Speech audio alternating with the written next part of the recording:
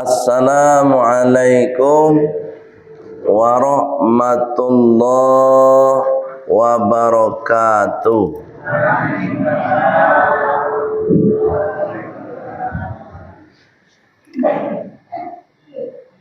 Alhamdulillahilladzi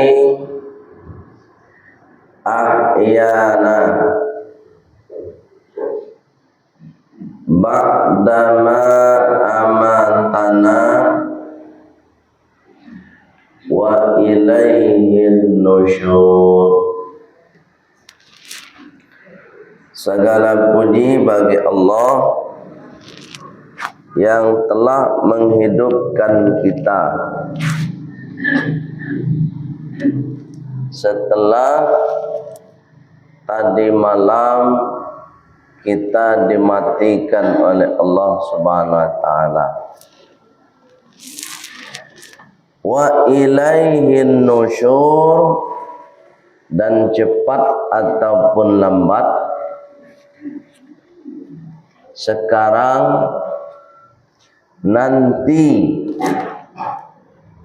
besok ataupun lusa kita semua pasti segera menghadap Allah Subhanahu wa taala. Asyhadu an la ilaha illallah wa asyhadu anna Muhammadar Rasulullah wa asyhadu anna Muhammadar Rasulullah. Allahumma salli wa sallim ala Muhammad wa ala alihi wa sahbihi ajma'in, amma ba'd. Qala Allah ta'ala fil Qur'anil Karim, Bismillahirrahmanirrahim. Rabbi shrah li sadri wa yassir li amri wahlul 'uqdatam min lisani yafqahu qawli. Wa qala Rasulullah sallallahu alaihi wasallam, al-ihsanu an ta'budallah ka'annaka tarahu fa illam takun tarahu fa innahu yaraka. Sadaqallah wa sadaqa Rasuluhul Karim. Pertama yang semua kita hormati Bapak Ibu pengurus, mulai dari ketua hingga kepada imam tetap kita yang sudah mengimami salat subuh kita berjamaah. Mudah-mudahan Bapak Ibu salat kita diterima oleh Allah Subhanahu wa taala. Bapak Ibu jamaah yang istiqomah tetap ikut majelis ilmu, mudah-mudahan tetap diberikan kesehatan, rezeki yang berkah dan bertambah hendaknya. Dan kemudian mudah-mudahan kita semua akhir hidup kita husnul khatimah. Bapak Ibu, sabalu namo menyampaikan kajian kita terkait dengan pembahasan kita hadis arba'in. Hadis nomor urut yang ketiga.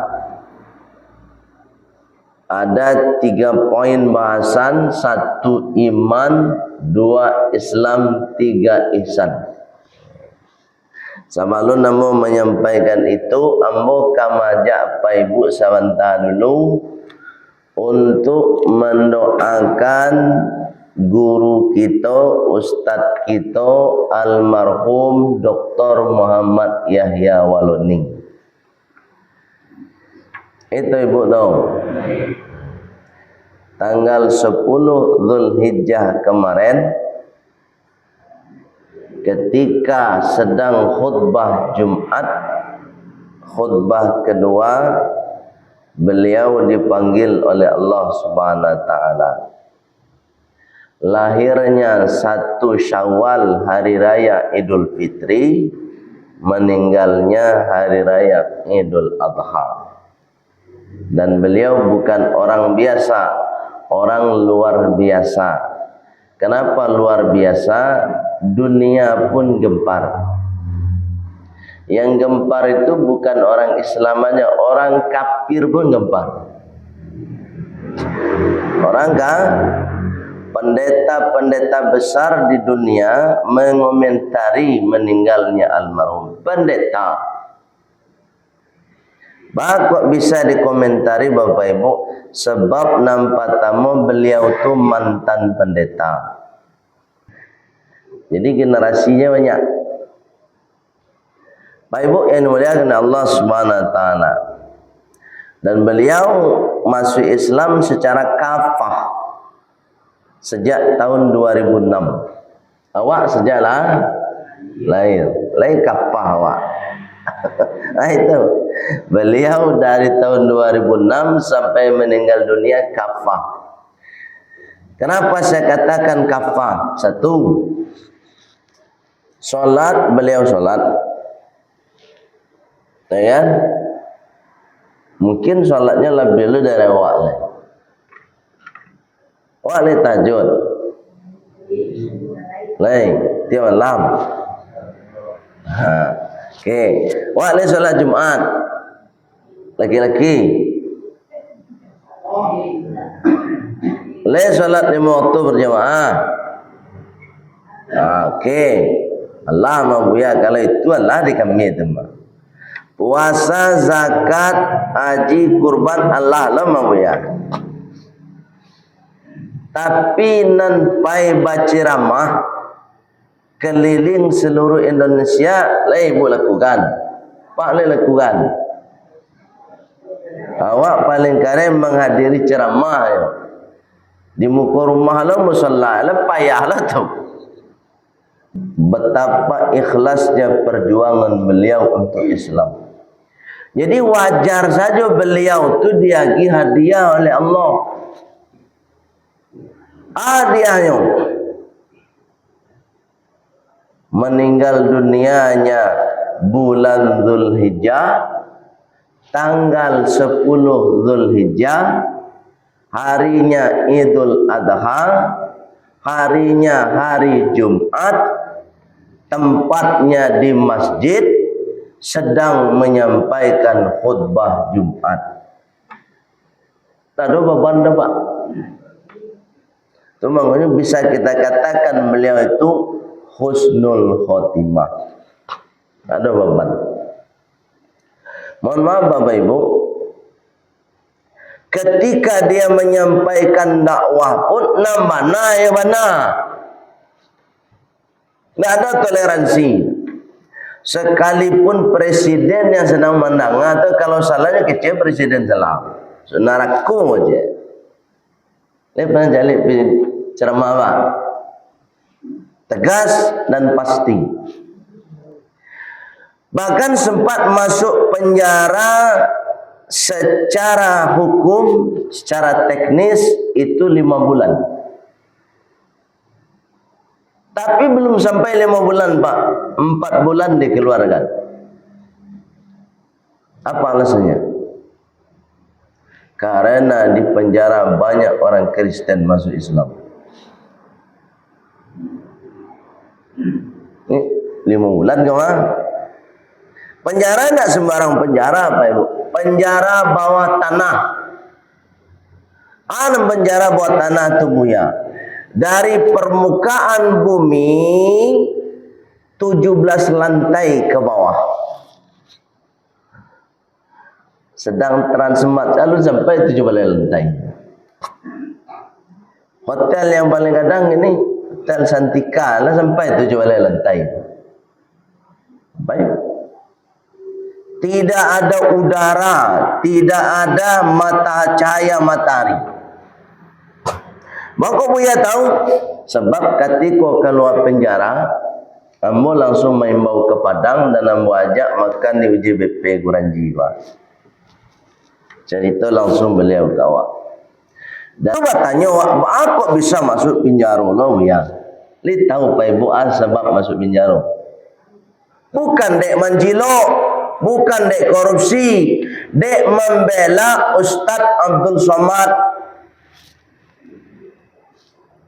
Apa pembelaannya? Waktu Ustadz Abdul Somad ceramah pernah tasabui dinyo. Orang-orang kafir yang menyembah salib itu mereka menyembah setan. Sehingga diseranglah Ustadz Abdul Somad oleh sekian pendeta Indonesia. Dilaporkanlah. Tunggu dulu Ustadz Abdul Somad minta maaf. Apa katanya Allah ni? Jangan kalian tangkap Ustadz Abdul Somad, tangkap saya. Karena benar apa yang dinyatakan oleh Ustadz Abdul Somad. Yo kiranya ditangkap, dibawalah ke Polda Metro Jaya. Awak tu, sehingga ending ceritanya skenario ke Pak Ibu masuklah ke dalam penjara. Bukan karena mancilo, bukan karena korupsi, karena membela ulama masuk penjara itu dan Islam kafah tu. Awak sedang awak membela ulama. Kadang ulama tu mana awak benci. Itu manggonya Allah murka kawak Pak Ibu. Pak Ibu yang mulia oleh Allah Subhanahu Wa Taala, oleh sebab itu mari kita bersedekah surat Al-Fatihah untuk almarhum. Li Rasulullah sallallahu alaihi wasallam wa ala alihi wa sahbihi wa dzurriyyati wa qarabati wa ahli baitil kiram wa bit takhsis ila ruhi Dr. Muhammad Yahya Waloni. Lahul Fatihah. Bismillahirrahmanirrahim. Alhamdulillahi rabbil alamin. Ar-Rahmanir-Rahim. Malik yaumiddin. Iyyaka na'budu wa iyyaka nasta'in. Ihdinas siratal mustaqim. Siratal ladzina an'amta 'alaihim ghairil maghdubi 'alaihim waladdallin. Amin. Pak Ibu yang dimuliakan oleh Allah Subhanahu Wa Taala.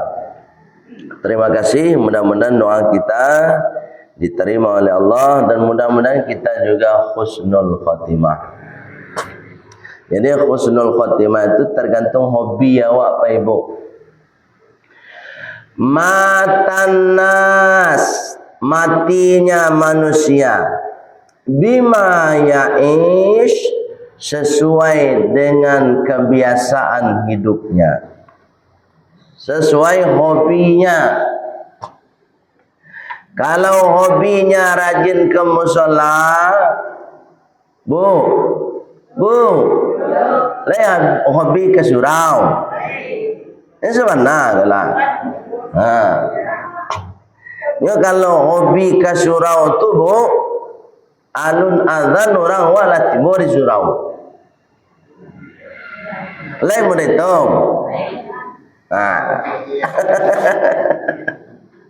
Atunan hobi itu. Kalau ibu hobi makan bakso misalnya, jadi hobi makan bakso, kau sekali sendak makan bakso, tu ndak tanang badan. Asamu itu Pak Ibu, sekali siapa ibu ndak ke surau solat 5 waktu, ndak nyaman diri ibu, itu namanya hobi. Leh itu. Sebenarnya kalah. Bapak yolah nak. Allah kan. Itu nan hobi itu. Kalaulah menjadi hobi Pak Ibu, insyaallah di situ diambil oleh Allah besok.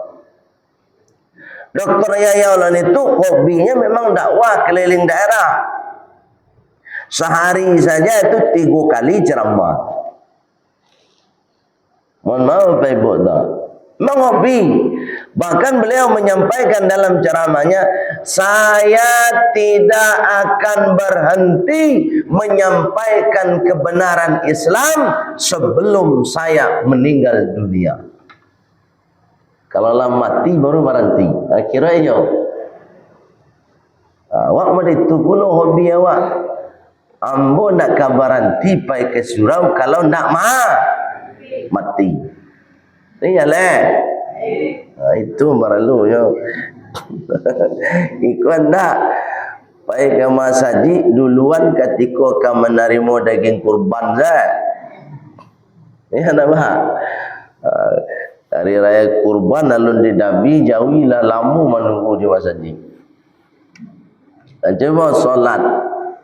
Tapi kamu ditua.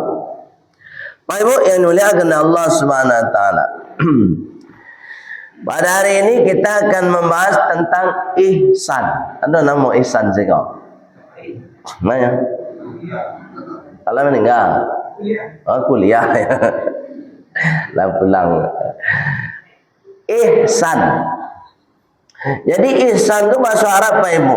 Ada di dalam hadis Arba'in nomor urut yang ketiga. Ada Umar bin Khattab pernah bertanya kepada Rasulullah.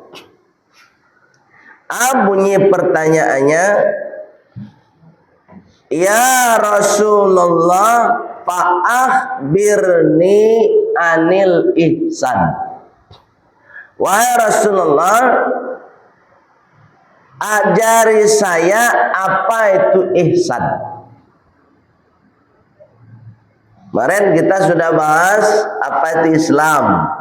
Islam itu pertama syahadatu alla ilaha wa anna muhammadar rasul. Itu Islam tuh. Jadi kalau mau masuk Islam baca syahadat dulu. Tapi hebatnya Pak Ibu, kalau orang kafir masuk Islam, mangko hitungannya sejak dia masuk Islam. Kalau awak kan dari lahir, bila awak dihitung sejak baligh. Tapi kalau orang kafir Pak Ibu, ia masuk Islam, maka dihitung sejak dia masuk Islam. Itu makanya kalau ada orang kafir itu, orang Kristen misalnya, masuk Islam dia asyhadu alla ilaha illallah wa asyhadu anna muhammadar rasulullah. Ketika itu dia seperti bayi yang baru dilahirkan. Tak ada dosa. Tak ada dosa. Tapi dari hari itu juga dihitung kewajibannya. Nah, itu makanya kalau mau masuk Islam tuh sebelum masuk Islam awak pelajari dulu Islam. Dr. Yahya Waloni itu 8 tahun belajar Islam sebelum masuk Islam. 8 tahun lah. Belajar baca Al-Fatihah, belajar sholat, belajar puasa. Kan betul? Setelah masuk Islam, dia langsung sholat. Kini banyak orang kafir masuk Islam, lah selesai syahadat, alunya salat sampai gini. Tu nampak tu. Itu namanya main-main. Sama sih enggak itu. Pak Ibu yang muliakan Allah Subhanahu Wa Taala. Itu syahadat. Yang kedua salat. Salat sudah kita lakukan. 3 puasa. Puasa sudah kita lakukan. 4 zakat. 5 haji bagi yang mampu. Ada yang pergi haji kemarin? Jemaah awak siapa ada? Ada ketua? Petugas haji ada? Oh, nan jemaah awak ada? Awak kalau lah pulang haji, tampilkan perangai haji.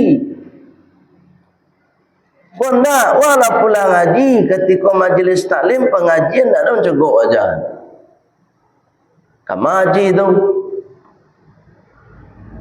Orang solat berjamaahnya ndak solat, wal haji ke mak?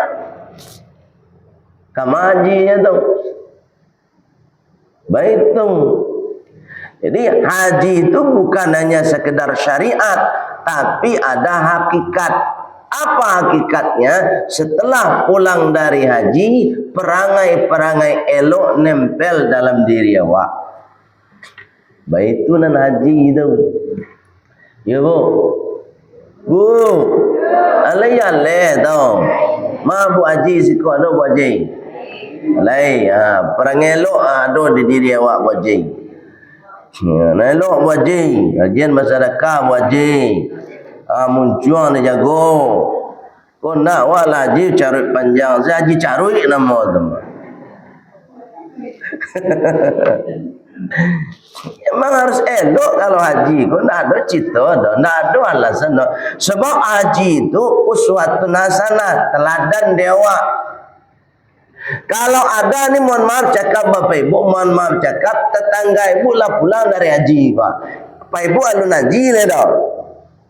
Pak ibu cari nan haji ke tadi. Dah ada nyampai solat berjamaah ke masa haji dah.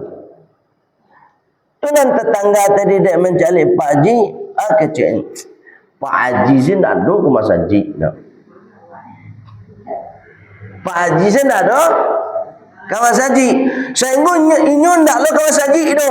Mangku dosa orang nak ke masa haji kau ditanggung oleh Pak Haji tadi. Iya bu. Sebab awak membuatnya tak baik. Awak jadi ukuran dia teladan yang baik. Contoh yang baik. Kalau tidak siap jadi contoh, jangan ditulis nama haji itu. Buang salah. Awak kan pulang haji nak bertulis Joha tu. Ha Ardison Hajah Ernawati. Oh nak berbuat lah. Ke surau indah ada. Apa isi bersuat lain. Baik bu yang dimuliakan Allah SWT. Baik. Ihsan itu kata Rasulullah anta'budallah, kamu mengabdi kepada Allah atau kamu beribadah kepada Allah ka'annaka tarahu, seolah-olah engkau melihat Allah. Itu ihsan. Jadi awak beribadah tu apa ibu? Seolah-olah awak aku melihat Allah. Maksudnya apa ibu? Satu. Maksudnya bapak ibu, kok beribadah awak kok ikhlas. Solat awak ikhlas. Ya bu. Li ikhlas ibu solat. Pak lah ikhlas pak. Ya kan? Fa illam takun tarahu, kalau seandainya bapak ibu awak kau tadi tidak bisa, anggap saja tidak mencari Allah, fa innahu yaraka, tapi Allah mencari awak. Maka sila bapak ibu. Nang kedua kalau wak iduk ko bapak ibu awak merasa diawasi oleh Allah.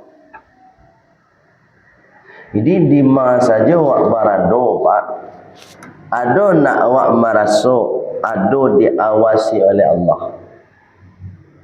Bu, lain itu. Kalau orang, mohon maaf, kalau awak sadonyo Allah marasu awak ku adu Allah mengawasi awak bapak ibu, mangku di masa awak barado.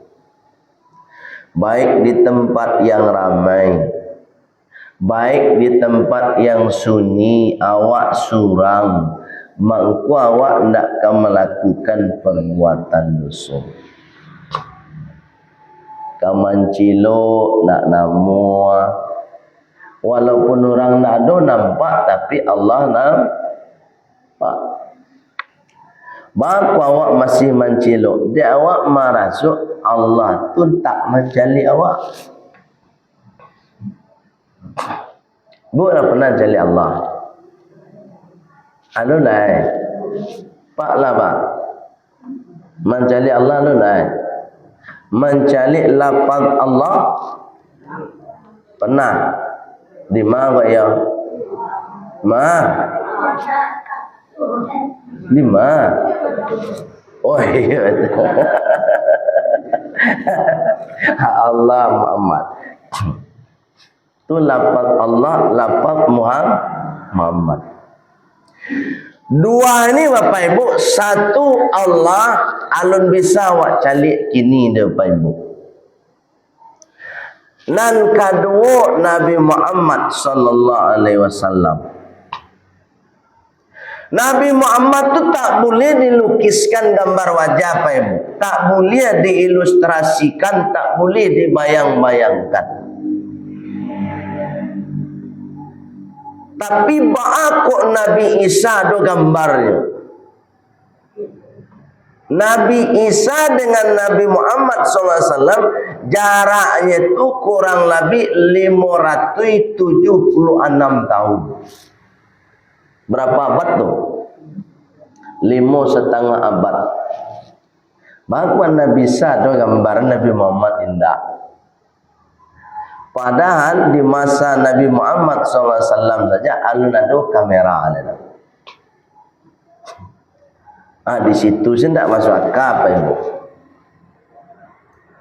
Tambah Nabi Isa ku dituhankan belum. Sedang Nabi Isa itu menyuruh awak untuk menuhankan Allah. Nabi Isa lah Tuhan. Sama jawab Nabi Muhammad tak boleh dituhankan. Malaikat pun tak boleh dituhankan. Malaikat Nabi Muhammad SAW tak boleh dituhankan. Kenapa? Karena malaikat itu hanya diberi tugas oleh Allah untuk menyampaikan risalah kepada para nabi. Kalau malaikat Jibril, tapi kalau malaikat yang lain diberi pula tugasnya oleh Allah. Contoh malaikat Israel, tugasnya apa? Mencabut nyawa atau memisahkan ruh dari jasad manusia. Jadi tidak ada karajo lain dah Pak. Itu sih karajo.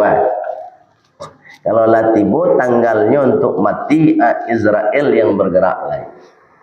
Tak ada malaikat salah sasaran, tak ada. Salah alamat apa lain.